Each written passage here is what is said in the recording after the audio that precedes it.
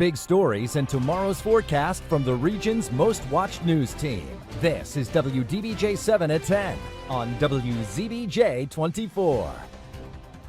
Now at 10, a local sheriff traveled to Richmond to speak out in support of the Second Amendment. What he said to a reporter at the rally that's getting national attention. We're not trying to rush through this trial. We're actually trying to have a real trial here. Plus, it was day one of the president's impeachment trial. What lawmakers focused on. And we have one more night of that bitter blast of air. Plus, I'm tracking a cross-country storm. I'll show you what that means for the weekend forecast. Good evening. I'm Logan Sherrill. And I'm Melissa Gayona. Thank you for joining us. We begin tonight with continuing coverage on the Grayson County Sheriff, who is now in the national spotlight after making comments in support of gun rights. Here's a picture of the department taken outside the Capitol Square grounds, where thousands chose to rally because they wanted to carry their guns. The sheriff said he would not enforce the bills because they are unconstitutional. Now, that comment has received backlash from all over the country. WDBJ 7's Ashley Bowles spoke with the sheriff, who is not backing down. While hundreds of law enforcement officials were in Richmond on Monday to work the Lobby Day event, other law enforcement officials chose to go to Richmond to voice their opinions. We are constitutional officers. We're sworn to uphold the Constitution of the United States and the Constitution of Virginia. These gun control bills are unconstitutional, and if passed as proposed, they will not be enforced in Grayson County. This is along the lines of what Sheriff Richard Vaughn told several different media outlets Monday. A video of it posted on Twitter has over 2 million views. Vaughn, who has served in law enforcement for 25 years, the last 12 as sheriff, says his reasoning for going to Richmond boils down to his support of the Second Amendment. A lot of our legislators in Richmond are thinking that these are, I think to quote the Attorney General, were ginned up by some of these gun activists, which in fact it was not. This is a grassroots movement that actually started out in Southwest Virginia and Central Virginia and moved that way. This past December, Grayson County became a Second Amendment sanctuary, and Vaughn was vocal then about what he supports. But now he's getting pushback on social media about his comment that new proposed bills, if approved into law, wouldn't be enforced. If they pass the General Assembly as proposed, they will not be enforced. You know, there is a lot of discretion that we can use with that. We can either warn, summons, or arrest individuals when we encounter a criminal offense. So hopefully these bills do not pass, but if they do, I'm sure that there's going to be injunctions filed. He also believes legislation isn't the answer to gun violence, but rather stricter jail sentences and more money toward mental health. Anywhere that there's been a gun crime, you know, my heart goes out to them. But the gun control measures are not the answer. In Grayson County, Ashley Bowles, WDBJ 7. Less than 24 hours after the rally, lawmakers were back debating gun control bills. That includes a red flag law, which would allow officials to remove guns from people considered to be a danger to themselves or others. Lawmakers were split along party lines on the issue. Republicans argued the law violates due process, while Democrats say they have taken steps to ensure it is applied fairly. The Senate only voted on amendments to the bill today, giving them more time to debate it down the road. And Danville City Council has voted not to become a Second Amendment sanctuary. Dr. Miller? Nay. Mr. Saunders? Nay. Mr. Shanks? Yes. Mr. Tomer? No. Vice Mayor Vogler? Yes. Mr. Whittle? Yes. Mr. Buckner? Yes. Reverend Campbell? No. Mayor Jones? No. At tonight's meeting, a council member introduced a motion to become a constitutional city, and as you heard, it was struck down in a 5-4 vote. City Council voted yes on a motion to, quote, support the United States Constitution. A follow-up now on 3 men who are accused of being part of an extremist group that intended to start trouble at yesterday's rally. In a court motion filed to keep all 3 men in jail until trial, prosecutors claim the men wanted to use the rally to start a, quote, civil war. Patrick Matthews, who you see here, is from Canada and joined a group called The Base. Police say 2 other men helped Matthews cross into the U.S. illegally to prepare to head to Richmond. Investigators planted a camera that allegedly captured Matthews calling the rally a boundless opportunity. He was also filmed advocating for murder, poisoning water supplies, and derailing trains. Now, another man, Brian Limley Jr., talked about targeting civilians and police officers, and this was according to court documents. The third man, William Bilbrow, the fourth, is accused of plotting to join nationalist fighters in Ukraine. Now, Matthews and Bilbrow are scheduled to be back in court tomorrow. Democrats and Republicans are digging in their heels as they debate the rules of President Trump's impeachment trial. CBS's Natalie Brand is on Capitol Hill with more. House managers clashed with lawyers for President Trump on day one of the Senate impeachment trial. We hear all this talk about an overwhelming case that they're not even prepared today to stand up and make an opening argument about. We are ready to present our case. We are ready to call our witnesses. The question is, will you let us?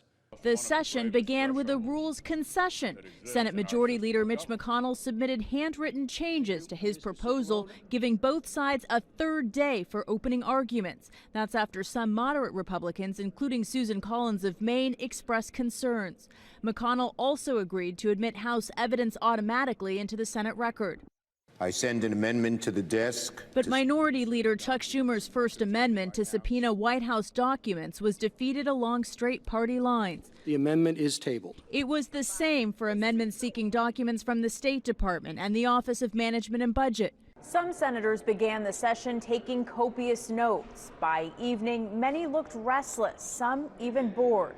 I'm someone that always keeps looking at my colleagues to see if they look guilty, and some of them are kind of looking down. I don't know how they can deny all witnesses. It is clear House Democrats view this as an opportunity to continue their partisan attacks on the president. President Trump is said to be closely monitoring the action in the Senate while he's meeting with world leaders in Switzerland. That whole thing is a total hoax, so I'm sure it's going to work out fine. Opening arguments are expected to begin Wednesday afternoon. Natalie Brand, CBS News, Capitol Hill. And turning now to your hometown forecast, it was a clear but very cold day in Roanoke today. A gorgeous time lapse here from our Poor Mountain camera, and Chief Meteorologist Brent Watts is joining us from the Weather Center. Brent, this dry weather is great for other outdoor activities like stargazing. You just got to bundle up. Yeah, that's right, you did. And we had a great view of the International Space Station tonight. Should be visible later on this week, too. Hopefully we can see that a couple more times before our clouds start to roll back in late in the weekend. I'm following some rain chances as well. Tonight, nothing but dry weather, clear skies. Temperatures are dropping fast into the upper 20s right now. We are noticing 26 in Danville, 28 in Roanoke, already in the teens as you head toward the Allegheny Highlands, and certainly some dry air in place, too. What will happen tonight is we'll get those lows into the teens and even a couple single digits. Not out of the question as you wake up in the morning. Lots of blue skies, and that will continue through most of the day. Afternoon highs are going to be warmer tomorrow. We'll get back up into the mid 40s, which is about seasonable for this time of year, about where we should be. We'll bring a couple clouds in by Thursday, and then Friday is the day we're going to keep a close eye on because we do have some rain that moves in. I'm going to time that out, let you know what that means for your Friday forecast and if it will stick around for the weekend. Thank you, Brent. Crews are investigating 2 house fires in our area today. In Bedford County, crews from the Forest Volunteer Fire Department were called to this home in the Ivy Lake subdivision. The fire damaged the second floor of the home. No one was seriously injured, but a family member says the person who lived there did get hurt while they were trying to rescue their dogs from the fire. Officials still are not sure what started the fire. And around 9 a.m., firefighters in Lynchburg were called to a home near Virginia Episcopal School. The basement of the home was heavily damaged, that's according to the crews there, and now 2 people are facing charges in the fire. Charlotte Peters is charged with 1 count of making meth, and the other, Chris Dooley, was charged with drug possession. And these 2 fires mark a total of 5 house fires in our region in just the last week. That includes 2 in Danville, which were started in the kitchen, and a deadly house fire in Appomattox County where a father and 11-month-old baby were killed. The cause of that fire is still unknown. In Pulaski, a 12-year-old was honored for calling 911 when he noticed his neighbor's house was on fire. Demaria Bolden received a certificate of achievement for making that call and then running across the street to wake up the people inside. He banged on the doors and eventually was able to wake them up. The award was presented by the fire chief and the fire marshal. The University of Richmond has confirmed that part of the campus was likely built on top of the graves of slaves. The university president sent out a message saying remains at the site of a former plantation had been found beneath the campus. It comes after a months-long study which showed that university officials had acknowledged the burial grounds years ago. Now the university will create a memorialization committee. The group will research ways to honor the people buried beneath the campus. A smash and grab robbery at a busy North Carolina mall was all captured on camera. The thieves took nearly $250,000 worth of jewelry. It happened right after the store opened at 10 this morning. You see it there. Surveillance video at the jewelry store in Raleigh shows a man in a green hoodie take the hammer, smash the display, and then the other man removing the glass and grabbing gold chains before they go to another case and they do the same thing.